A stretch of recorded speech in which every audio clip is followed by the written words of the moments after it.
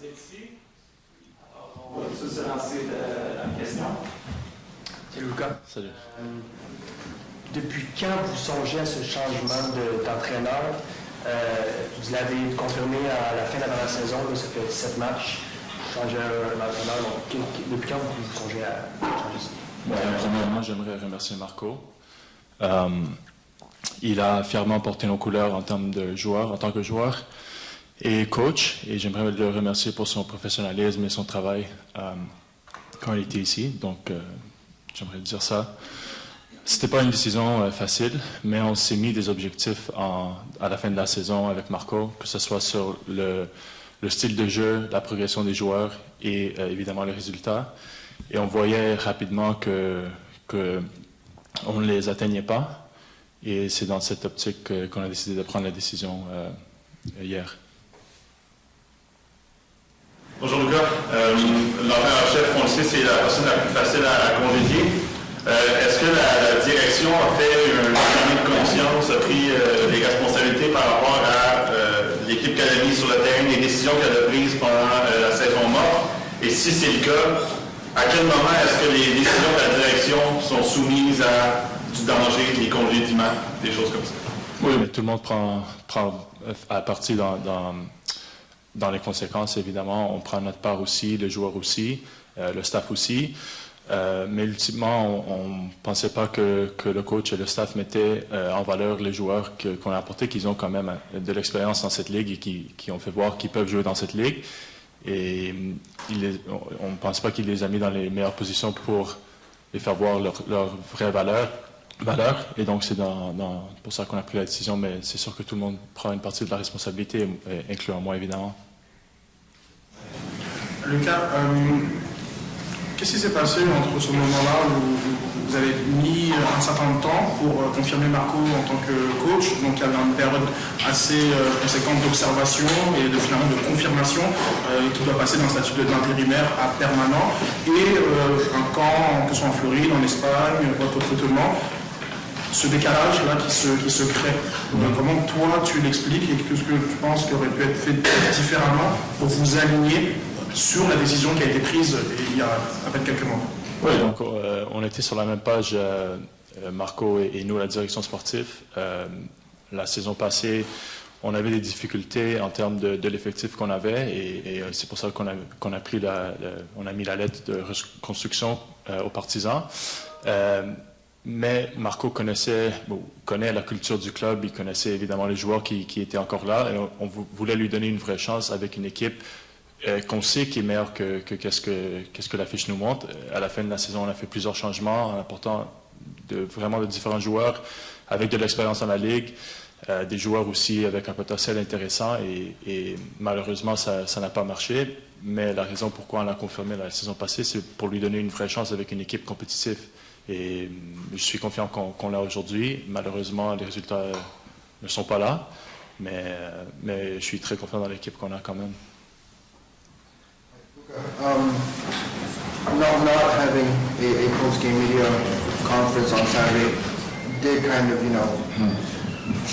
maybe tip your hand a little bit about what the future was looking like.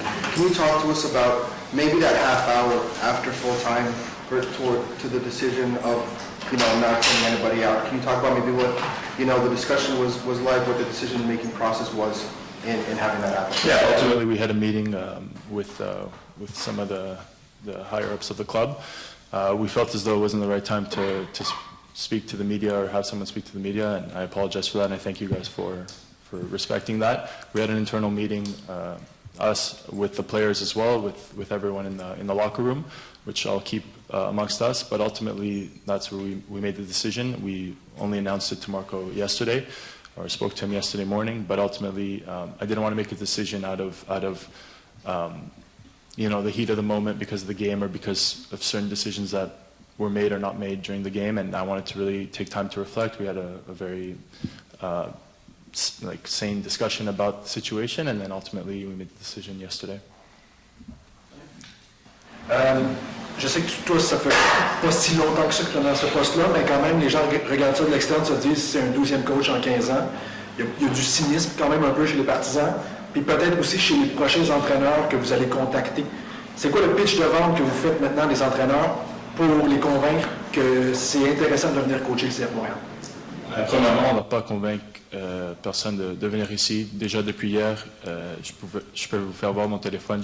J'ai des vingtaines de CV qui sont rentrés pour le poste d'entraîneur. Donc, ce n'est pas à nous de vendre quelque chose. On a un club et une ville très intéressante et attractive pour plusieurs coachs et joueurs aussi.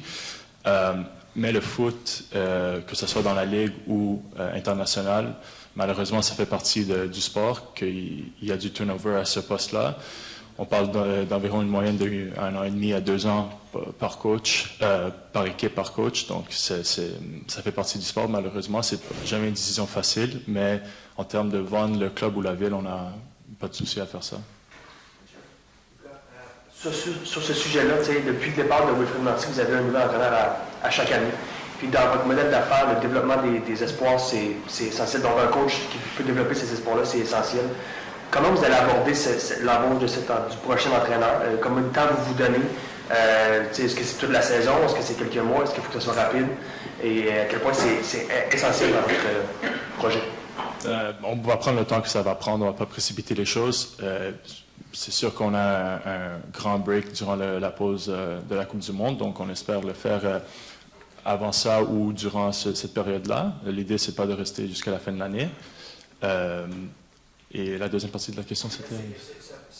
C'est essentiel dans votre modèle d'affaires. Donc, à quel point c'est important pour vous de trouver la bonne personne? C'est sûr, on cherche une personne avec du leadership, de l'expérience, qui connaît la Ligue ou qui connaît une Ligue similaire à celle de la nôtre. Quelqu'un qui sait comment travailler avec les jeunes, avec une équipe jeune.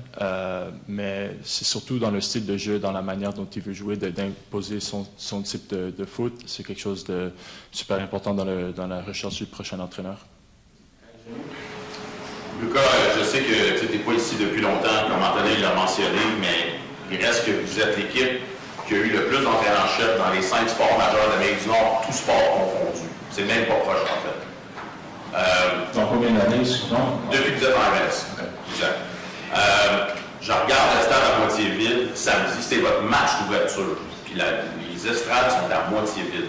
Je juge que de l'extérieur, de ce que les fans me disent à moi, de ce qu'ils m'écrivent, qui sont très déçus de ce qui se passe avec cette équipe-là depuis plusieurs années. Est-ce qu'il y a une prise de conscience à l'intérieur du club de dire on ne peut pas continuer comme ça? Nos fans sont déçus, sont frustrés, on continue de faire les mêmes erreurs. Qu'est-ce qui va être fait concrètement à partir de maintenant pour commencer à gagner des matchs et challenger pour gagner des championnats, pas perdre en championnat canadien contre les équipes de la CPL?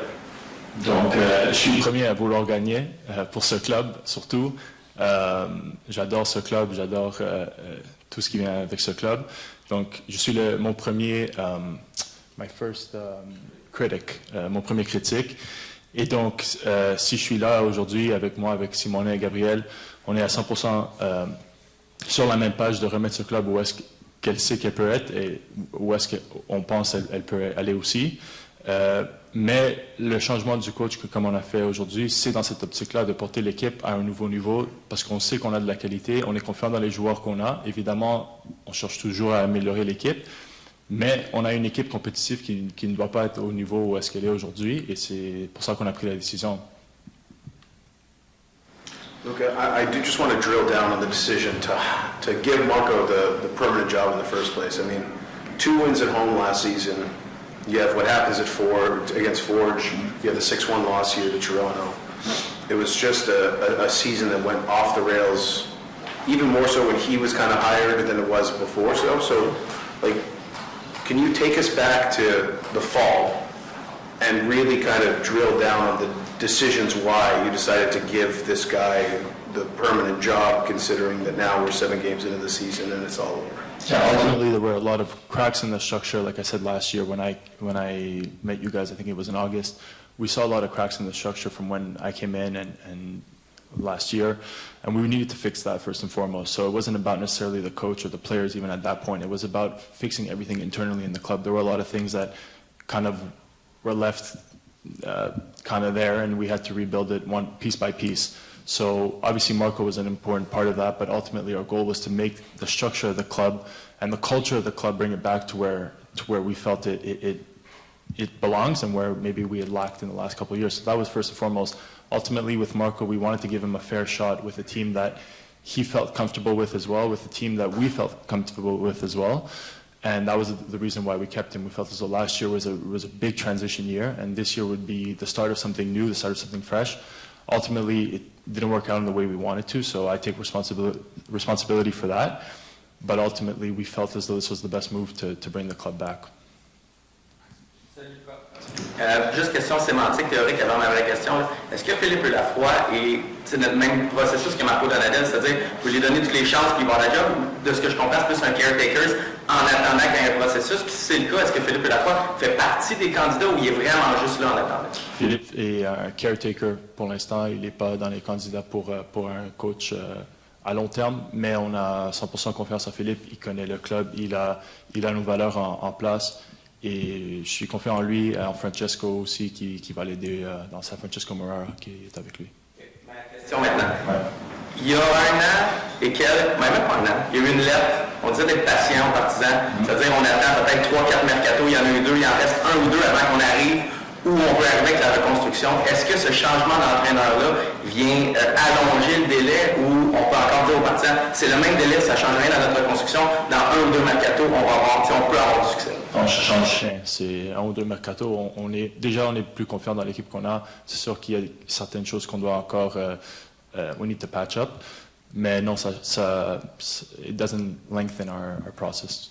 Ça reste 1 ou 2 mercato. Thanks for taking the time. I've been a lot of fans yesterday over the last months, if not years, and there's more and more concern on the part of fans about the direction of this team. There's a lot of anger at one point, and now it just seems like there's people just don't care. Like, as Jared was mentioned, the stadium was half full yesterday. Are you worried that fans have just sort of tuned out CF Montreal, and a lot of fans as well I've been speaking with are worried of the team leaving the city? Can you confirm, guarantee that the CF Montreal is here to stay in the long term? Yeah, so for the first part of your question, it's obvious that having a stadium that's half full is not ideal, but I also think partially the responsibility is on us as well to be able to give the fans a team that they're proud of. And I do feel like fans still care. I think we need to give fans a reason to care and a reason to believe, and I take responsibility for that, and I feel as though we still have a long way to go. In terms of your second part of your question, we want to be here 100%. I'm in the club involved now, my brother is as well. We believe in this city, we believe in this club, and we want it to be here long term for sure. Bonjour. Qu'est-ce que vous allez chercher exactement chez votre nouvel entraîneur comme attitude, qualité ou autre? Premièrement, du leadership, une idée de jeu qui est claire, quelqu'un qui connaît la ligue, qui a de l'expérience, ou s'il n'a pas coaché dans la ligue, une ligue très similaire à la nôtre en termes de caractéristiques et de joueurs aussi. Look at the last, coaches, if you look at, Wilfried, Hernan, Laurent, and Marcos, wildly different tactical philosophies, different ways of, just the way they see the game. Granted, those were not your hires, but when you say style of play, when you say, what you're looking for in a coach tactically, are you maybe in a position now to give a more detailed description of the way you want this club to play? Yeah, we want to play attacking style football with the ball. We want to be able to build out of the back and put our best players in the best positions to be successful. We want to be able to score goals. We don't want to be a team that goes up 1-0 and then defends the rest of the game or acts in a defensive way. We want to be on the front foot of the ball, and that's what we're looking for in our coach. Je me souviens que Gabriel nous a dit à plusieurs reprises, dépenser de l'argent, ça ne garantit pas de gagner. Et vous êtes dans le bas fond des équipes qui dépensent le moins depuis plusieurs années. Puis ce qu'on voit, c'est que la garantie, c'est que ça ne fonctionne pas. Demeurer dans le bas fond du classement année après année. Quand vous êtes autour de la table et vous devez congédier un autre entraîneur, est-ce que vous vous dites à un moment donné, peut-être que ce n'est pas toujours le coach le problème, peut-être qu'on fasse autre chose différemment. Est-ce qu'on peut rejoindre le milieu du peloton en termes de masse salariale? Est-ce qu'on peut donner à nos entraîneurs 2 ou même 3 joueurs désignés comme le permet la Ligue? Puis après dire, y es-tu bon ou y es-tu pas bon? Présentement, ça donne pas beaucoup d'arguments quand demeurer l'équipe qui dépense le moins dans la Ligue, puis de dire, c'est toujours la faute du coach. Puis je dis pas que Marco n'est pas capable de certaines choses, mais Est-ce qu'à un moment donné, autour de la table, vous dites, peut-être qu'il faut qu'on change notre game plan par rapport à ça? Je comprends la question, mais il faut être juste plus créatif dans comment est-ce qu'on fait pour apporter des joueurs ici. Par exemple, la situation de Jaime, ça fait voir exactement qu'on a un joueur d'épée, mais on l'a fait dans une manière créative où on a le joueur, on ne paye pas le transfert, on voit comment est-ce qu'il adapte ici. Et puis, il y a plusieurs couple avenues qu'on peut faire pour avoir des joueurs comme ça ici sur le long terme aussi. Donc, la situation de Jaime, on peut le faire encore avec un autre joueur. Et notre budget ne nous permet pas de ne pas avoir 2 DP ou quoi que ce soit. On doit juste être plus intelligent dans la manière dont on le fait. Et je pense que généralement, globalement, si on regarde l'équipe, on a fait plusieurs, que ce soit échanges ou joueurs qu'on a pris. C'était dans cette manière de penser différemment à d'autres équipes. C'est notre réalité, mais je suis 100% confiant dans ce qu'on a. Il n'y a pas beaucoup de Québécois dans l'équipe. Vous n'avez pas de joueurs nécessairement étoiles, comme vous avez déjà eu dans le passé, puis on ne voit plus nécessairement non plus de Québécois qui sont dans le partant, comme on a connu jusqu'à 2, 3, 4 ans. Pourtant, l'équipe a toujours dit que vous allez faire une place importante aux Québécois dans l'alignement, même les jeunes. Je ne vois pas des jeunes d'académie qui poussent et qui sortent, qui sont devenus des partants incontestés dans l'équipe. Qu'est-ce qui se passe à ce niveau-là? Ça fait 30 ans qu'on a toujours we always promoted des jeunes ici. Si on regarde en 2024, on était l'équipe avec le plus de joueurs formés à l'académie qui ont joué. On était même double de la deuxième équipe qui, je pense, était Seattle dans cette année-là. Mais c'est des cycles aussi parce que dans cette année, on a vendu Chouanière, Nathan l'année passée, Saliba. Et on a fait de l'espace aussi pour des nouveaux qui sont arrivés. Mais dans le cycle d'une académie, dans les joueurs, ça vient dans des cycles. Donc, on a eu le cycle qu'on est arrivé en MLS, on a vu le cycle les 3-4 dernières années. Puis, il faut du temps aussi à des jeunes pour arriver et pour avoir ce nouveau cycle. Donc, on est très confiant dans l'académie qu'on a. Marinos et Simone font un job vraiment incroyable avec les jeunes qu'on a. Et puis, déjà, on voit d'année en année, on a un ou deux, même 3 qui signent par année, une chose qui est très rare dans le sport professionnel. Bonjour. Au début, vous avez parlé d'une responsabilité partagée entre les joueurs, l'entraîneur et la direction technique. La vôtre, concrètement, c'est quoi la responsabilité dans les mauvais résultats de la direction technique? C'est sûr qu'on prend la responsabilité. Je prends la responsabilité aussi dans la nomination, que ce soit de Marco, de certains choix qu'on a faits, mais ultimement, on est confiant dans l'équipe qu'on a et on voit les résultats ne sont pas ils ne font pas voir la réelle qualité de l'effectif qu'on a.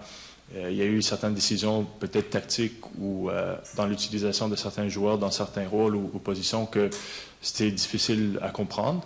Et ultimement, ça c'est la responsabilité de Marco et son staff aussi. Mais tout le monde prend sa part dans un club. C'est pas seulement le coach, c'est pas seulement moi, c'est pas seulement les joueurs, c'est tout le monde qui fait partie de ça. Lucas, ça fait 2 années que le coach ne survit pas à cette période qui est de 6 matchs, 7 matchs sur la route. Et on sait qu'en MLS, c'est extrêmement difficile. À quel point votre situation en termes d'infrastructure et de capacité à accueillir des matchs selon ce calendrier vous affecte cette décision-là? On peut avoir une lecture où certains contenus de matchs, en vue purement tactique, auraient pu basculer dans le sens du CF Montréal. Maintenant, toi, comment tu vois le fait que la route est compliquée et mène à cette décision? La raison, c'était pas seulement à cause des résultats. C'était vraiment dans la manière dont on jouait, la manière dont on voyait certains joueurs ne progressaient pas, la manière de l'utilisation de certains joueurs ici aussi qui n'étaient pas en ligne de ce qu'on avait parlé ou ce qu'on pensait non plus. Évidemment, les résultats font une grande partie de ça aussi, mais c'est vraiment globalement tout ce qui s'est fait autour de ça. On a vu qu'on était compétitif dans certains matchs, qu'on pouvait faire mieux, mais certaines décisions ou certaines actions ont fait qu'on n'a pas pris les points. On sait que notre réalité, c'est qu'on doit jouer des matchs à l'extérieur pour débuter la saison. C'est pas la faute de personne, c'est la température qui est comme ça. On fait tout ce qu'on peut pour pouvoir nous mettre dans des situations les plus favorables possibles, que ce soit rester en Floride, faire des camps extended et tout ça. Mais c'est notre réalité. Mais je veux répéter, c'est pas seulement à cause des résultats aujourd'hui qu'on est ici. Juste pour comprendre la décision, c'est un processus décisionnel, tu n'étais pas tout seul là-dedans, vous réfléchissez à ça. C'est quand tu as pris ou vous avez pris la décision. On arrive-tu au stade, puis on sait déjà qu'on congédie Marco après le match, c'est-tu à la mi-temps, c'est-tu certaines décisions en deuxième mi-temps? Quand est-ce que Lucas Saputo, avec son monde, dit on congédie Marco, ça y est, c'est fait? C'est sûr, dans le lead-up, il y a eu certains matchs qu'on se demandait des questions, comme je dis, non seulement à cause des résultats, mais aussi parce que dans la manière dont on jouait. Mais je pense, comme vous l'avez peut-être vu le match à la maison, j'ai pas beaucoup aimé la manière dont on a affronté la partie, que ce soit les changements qu'on a fait, que ce soit la manière dont on est allé à l'avant 1-0, puis on n'était pas allé prendre le deuxième but, on restait sur le 1-0, on risquait pour rien. Certains changements qui peut-être étaient discutables. Donc, c'était pas qu'on a pris la décision, le match est fini, puis la décision est faite, ou avant le match, la décision est faite, si on perd. C'est pas ça. On voyait des choses qui continuaient à aller d'une certaine manière. On a discuté après, puis on pensait que c'était la meilleure chose. Il nous reste encore 27 matchs de MLS, 16 à la maison. Et donc, la décision est prise parce qu'on est confiant qu'on a l'équipe pour tourner la page et de remettre l'équipe dans les séries dès maintenant. J'ai deux petites questions. Où vous pensez que vous devriez être présentement au classement? Combien de points vous pensez que vous devriez avoir présentement? C'est difficile d'aller match par match, mais une chose c'est sûr, c'est quand tu mènes par un homme dans 2 matchs, pas consécutifs, mais 2 matchs, tu prends 4 buts et tu en fais 0. Ça, c'est quelque chose tu dois te demander des questions. Après, il y a le match à Cincinnati, le match à Orlando qui sont des matchs prenables qu'on aurait dû faire mieux. Après, on regarde le classement, c'est sûr, au moins 3-4 points de plus, je pense qu'on les mérite. Mais ultimement, on ne les a pas. Et donc, c'est ça la situation. Quelles sont vos attentes maintenant pour Philippe? Est-ce qu'il devrait... C'est quoi les attentes de résultats pour les prochaines semaines? Est-ce que vous avez envie que ce soit encore difficile ou vous voulez des résultats dès maintenant?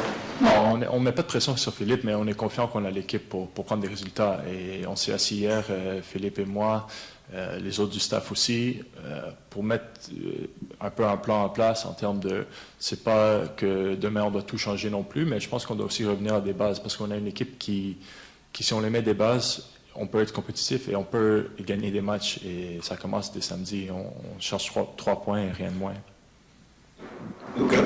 Sorry, just going back again to what you said about the 20 CVs and getting, a whole bunch of interest in this. I mean, and not saying you need to necessarily sell people. So you have Marco, who didn't have a whole lot of experience kind of in this part of the world. Laurent was an MLS Next Pro coach. Hernan was, and I know this isn't all when you were here. Hernan was kind of relatively unknown. With a team with the financial realities that you guys have, is it not extremely important to have a manager who knows this particular league, considering that you do still need 1 or 2 windows to be able to kind of get to the level that you want to be at? And do you really believe you don't have to sell people on this project? So the first part of the question, of course, having someone who knows the league and who's either coached in the league or been around the league or like I said earlier, been in a league that's similar in terms of characteristics to ours is super important. I think it would help us obviously right away. And sorry, the second part of your question?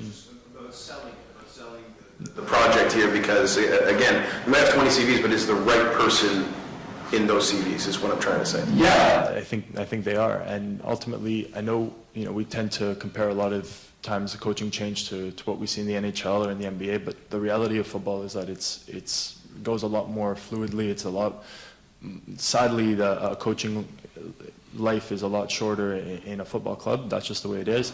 But ultimately, we want to have longevity. We want to find the right person to be with us long term. We want to create a long-term project with someone. We feel as though we have everything to be able to build something long term. It's about finding the right person.